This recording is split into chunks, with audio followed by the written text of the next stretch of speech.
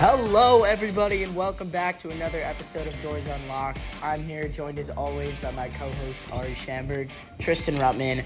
It's a beautiful day outside. It's also a beautiful day in the studio. As always. Every day is a beautiful day in the studio, but especially today. Today's a great day.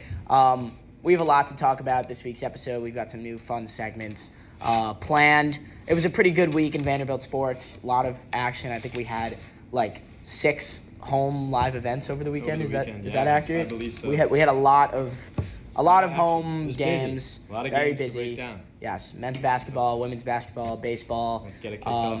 Yeah, let's get started. With men's please. basketball, huge win against Ole Miss this past weekend. Huge the number 24 ranked team in the country.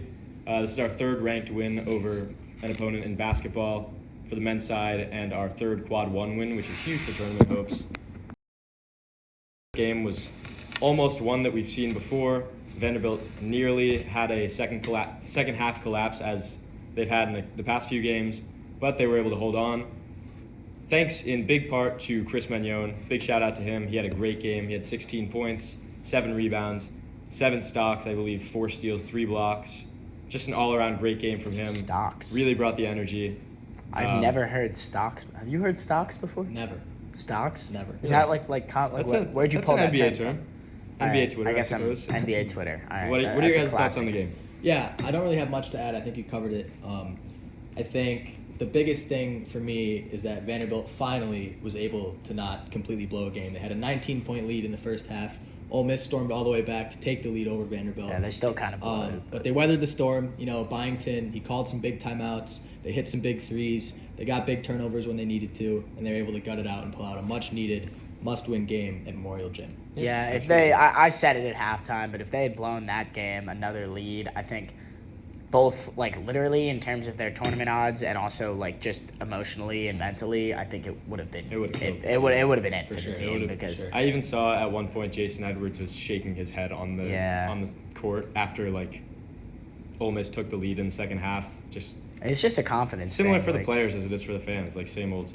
I'm hoping this win, like, this will spark something, because basketball, there's so much, like, they need to be confident, you know? Yeah, some big games ahead, which we'll get into later. Yeah. Now, on the women's side, was a bit of a different story. We saw 2 pretty big losses to ranked opponents in number 16 Oklahoma at the time and number 6 South Carolina at the time. You can't really expect them to win those games, but you would have liked to see a little bit more firepower from the women's side. I think they were both 20-plus point losses, if not near 20-point losses. Obviously, Michaela Blakes, as usual, lit it up against Oklahoma, had 34 points, 7 for 12 from 3, but they still got blown out. And then South Carolina, we only scored 54 points as a team, which was pretty disappointing to say the least. But again, South Carolina is a very strong defensive team, strong team overall, so these aren't losses that kill the season. No. Yeah, I mean, they're games. I think they're games that you want to win, you would like to win, but they're not necessarily games that they were expected to win in. And obviously, you know, Blake still looked like Blake's, and Camille played well as well. I think the only question that really comes out of these 2 games is where else can the offensive production come from Vanderbilt? Because I think these games prove that Michaela Blakes is awesome, and she can score a lot of points, but she can't do it all, and she can't carry the team against, you know, top-tier opponents. And so in March, if you make it out of the first weekend and you're going up against these, you know, top teams in the country, it's going to have to come from somewhere else. But, you know, they still have a couple weeks to correct some things and figure it out before the tournament starts. So yeah, for sure. All right, so into baseball. Baseball had a really great week. The team is now on a 6-game win streak, so 7-1 since losing to Nebraska. Scoring a lot of runs. They're scoring a lot of runs. They're up to 14 in the rankings. Yep, first run rule. Against St. Mary's in the 3rd game, right? No. Yeah, the 10 of St. Mary's. Yes, and then they run ruled Tennessee Tech. They didn't get the run rule for also. The game didn't end. The Tennessee Tech game? It was like 16-2, the final. But they never... No, it ended in like 7 innings, I think. I don't know. Well, I wasn't there. Either way. It was a blowout. It was a blowout. They're on fire. Yeah, I mean, I think there's a lot of things to love about the team so far. The bats are hitting. I'll say I am a little concerned in the sense that I think they've only hit 3 home runs. Not a power hitting team. Which is, I mean, they can be though. They just haven't. But their style of play. Now, definitely an area for improvement. Their style of play so far has been very much slapping the ball around the field. Guys like Jacob Humphrey, guys like, Colin Barcy, who hasn't shown a lot of power but has been hitting really well. Mm-hmm.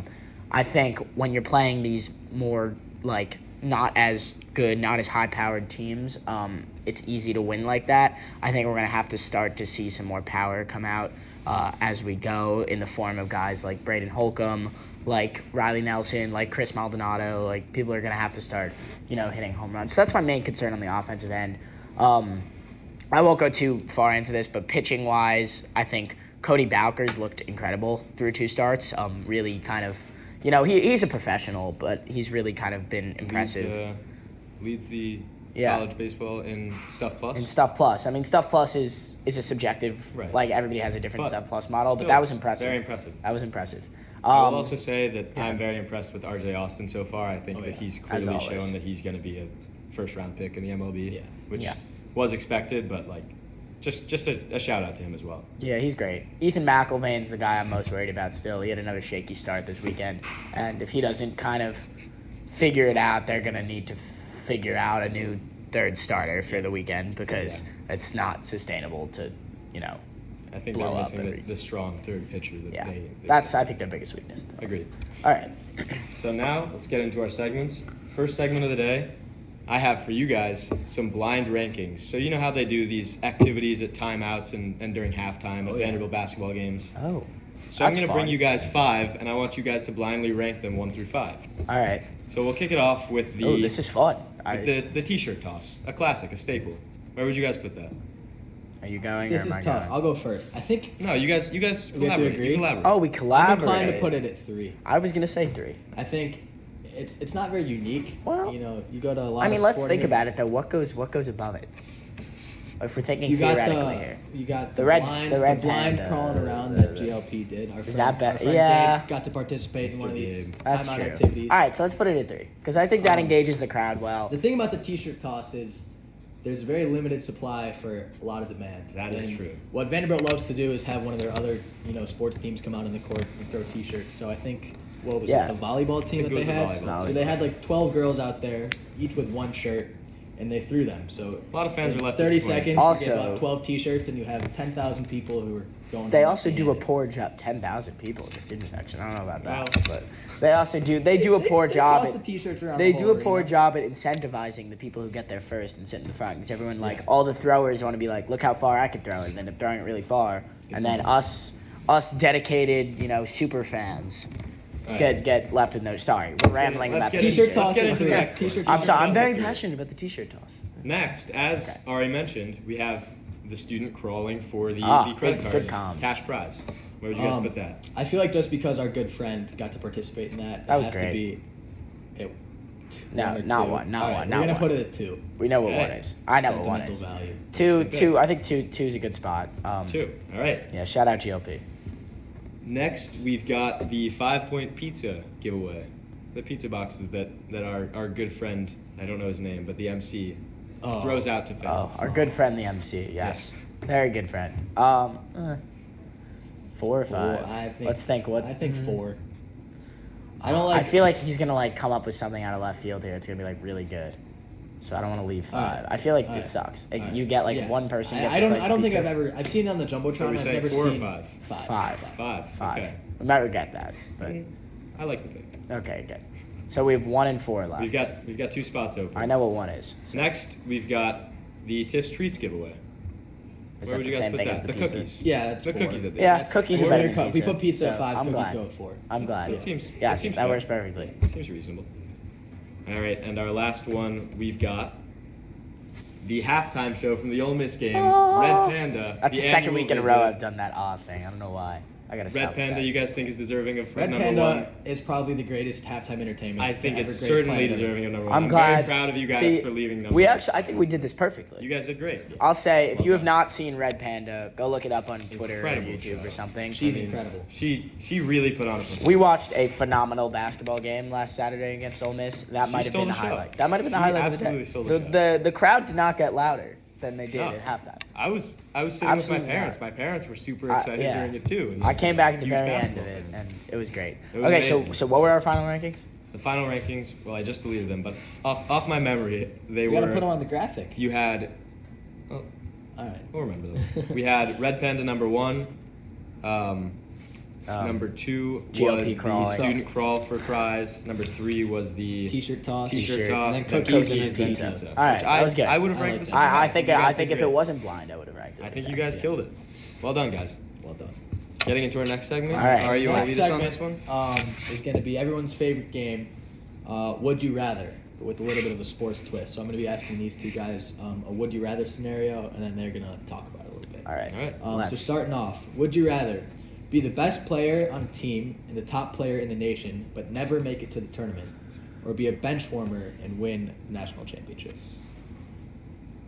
Wow. That's a tough Now, one. okay, when you say best player on a team, is this like a random school? Well, he like, said a top player in the nation, right? Yeah. oh, like, this so is so like, it's inferred that So it's, it's like, like a you're good you're team. probably playing for That's an a SEC toughie. or an That's a ACC toughie. school.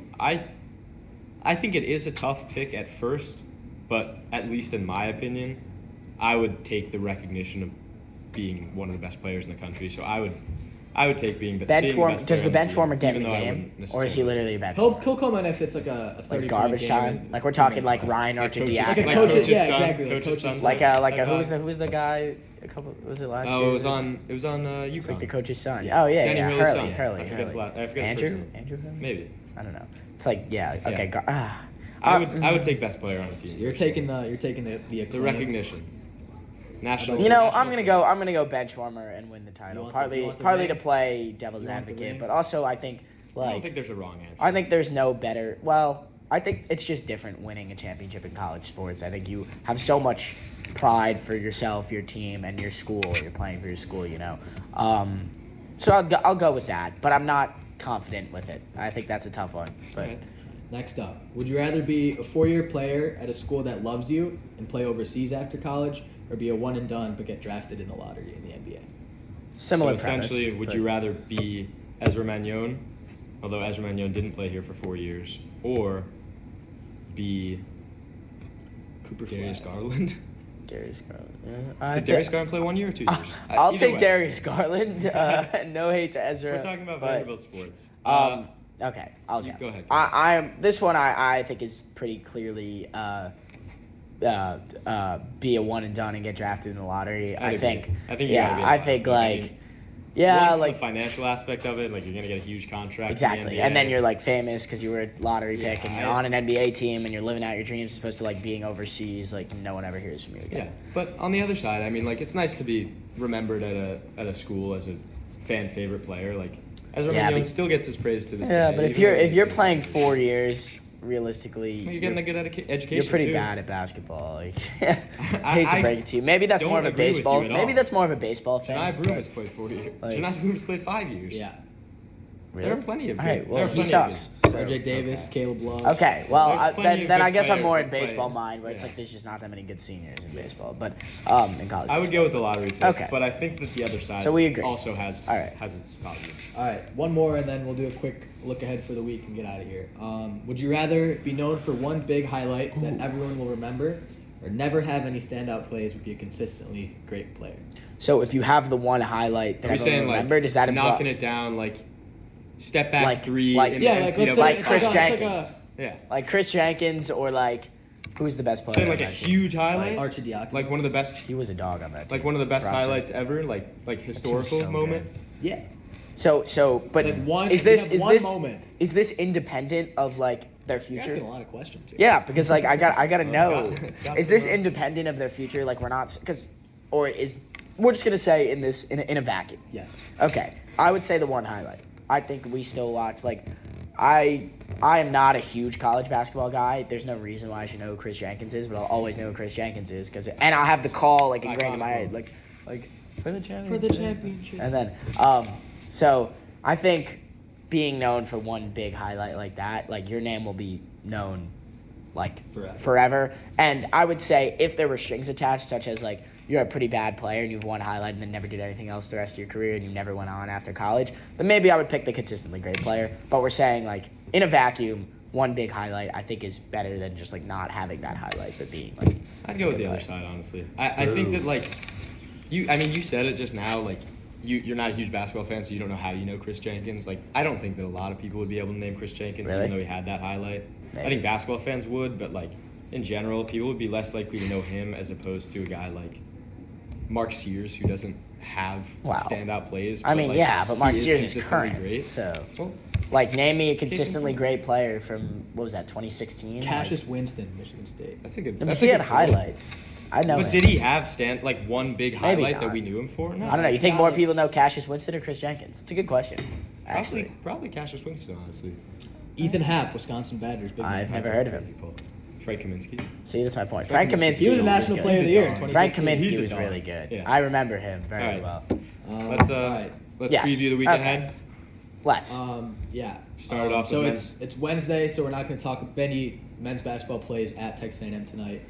We'll hopefully talk about a win next week. They play back at home in Memorial on Saturday against Missouri, which would be a huge win. Another quad one win for Vanderbilt if they can pull that one out. Yeah, I mean, I think if they pull off that win, they're all but a lock for the tournament. I don't necessarily think that they could win that and then go on to lose against Arkansas and Georgia. Yeah. I think that would hurt them. I think. If I think they would probably think if still they make beat the Missouri, field. I think they would make it. I think they would probably still make the field. This is a Yeah, I mean, huge Joe game. Lunardi said it's it definitely twice. not a must win because Right. they're not expected to win. But like Mizzou's a very good team. I mean, They're we've really seen good. them. They've They're climbed in really the good. rankings. They're up to number 14 right now. Should Mark probably be Mitchell, higher, transfer from not Duke, gonna is lie. a great player. Mark Mitchell's there. I didn't even know that. Tamar Bates, Wow. great player. Caleb Grill, who Yeah, he's didn't good. play great against us last time No. when we visited Missouri. Can't let him get hot for that game. It's a big game, but it's not a must win. It would Yeah. be great to see a victory in that one. All right, and that brings us into their little tournament outlook really quickly. I think if they can win, if we factor out the A&M game, let's chalk that up as a We're loss assuming just we're for gonna lose just that for game. On purposes. the road, great team. We're I think 7.5 point underdogs, Yeah. but if we win 2 out of 3 of the remaining games, Arkansas, Georgia, and Mizzou, I think we're in, no strings attached. Probably as a 10 seed. Don't think Yeah. that the SEC tournament would matter much Not at unless all. we lose in the first round to like a South Carolina, Oklahoma. LSU. South I Carolina. honestly don't even. They really don't take tournament. At least, I mean, you know better than I do, but I You're don't. probably think they right. do. I think if we finish with 8 SEC wins, Yeah. we're in. If we win one, obviously Georgia just beat Florida at home, which indicates that us beating Georgia on the road, right? That's on the road. Yeah. Is not going to be a cakewalk at all. No, that would If we lose that probably game be a and quad we one lose up to there. Mizzou, It'd at least be it might be a quad one. it might be see. a quad one. If they jump in the net rankings. Yeah, I mean, I'd say if we beat Arkansas, lose to Georgia and Mizzou, I think we still get in, but we're not necessarily that could go. There's a world that we win one of the 3 games. I think and if we lose. only win one out of those 3 games, First I 4? think if we only win Arkansas or Georgia, we absolutely need to win in the first round of the SEC tournament. 100%. I think if we lose in the first round Yeah. of the SEC tournament, we're not. That checks. I think my optimistic self thinks we would still get in with 1 win. see. But we're definitely not. I think I saw somewhere that if we win Mizzou, we're at 88% to make the tournament, which Yes, is really I saw that. locked. And if we lose, Yeah. we're still at 70 or 71 or something. So let's just beat Arkansas and Georgia and hopefully Let's win the games maybe we're get. expected to win. Yeah, that's what we've said all along. Since we beat Tennessee and Kentucky, Yep. we've said if we win the games we're supposed to win We'll from make the from here on tournament. out, we will make the And tournament. so far, we're on track. So All let's right. stay on track. All right. Getting into the women's side. Yeah, women's this week. What do we got? We also face off against A&M on the women's side on Thursday night against Texas A&M. I just said that Nice. at Memorial. Home game. I did the that Aggies- last week, so now I feel better. The Aggies are 3-11 conference play. As I said for I believe 2 episodes ago, when the women played against Mississippi State and then Auburn, 2 consecutive games that should be wins. They play Mizzou the game after. Both of those teams are poor in conference play. They should be easy wins for Vanderbilt. But like we saw with the Mississippi State and Auburn games, they lost the first, won the second. Wouldn't be surprised to see them somehow split these, but ESPN has them as huge favorites in terms of their BPI, the win percentage for each of these games. So they should hopefully wrap the season up with 2 more wins, and that would be huge for their seeding in the tournament. I'm assuming they're not quite locked, but I'm assuming they're going to make the tournament as of now. I'd be surprised if they didn't somehow. But it would be huge for them to finish it off with 2 big wins, get some momentum going into the SEC tournament and into the NCAA tournament. Yeah. Yeah. Yeah. Wrap it up with baseball. Yeah, you just kind of nailed all our points. So. Thank you. So really quick, wrapping up with baseball. this weekend we play in the SoCal, Southern California College Baseball Classic. That's 3 games. It's UCLA, USC, and UConn, which are not in Southern California. So I'm not really sure why they're in it, although I'm not really sure why we're in it either, now that I'm saying that. It's a good opportunity to keep it rolling. None of these teams are, necessarily, they're not ranked. UCLA is a pretty good team. They're probably, outside of maybe Nebraska, and they're probably on par with Grand Canyon, of that level. Pretty good team. Great opportunity, to keep it rolling. I mentioned Ethan McIlvain before. My guess is Tim Corbin's starting to lose his patience with McIlvain, and if he has another poor start this weekend, I could see them making a change. They have some options starting as they stretch guys out. I mentioned, I think, Sawyer Hawks last week, who's been dominant out of the bullpen. He pitched 3 innings on Friday, so he clearly has the potential to be stretched out. Austin Nye's been the midweek starter. He could, probably start some games on the weekend too, so we'll see. But a pretty important weekend for Vandy baseball. Chance to, win 3 games, get out to 10-1, which would obviously be great and propel them in the rankings. What do you think that would boost them in the rankings? Top 10?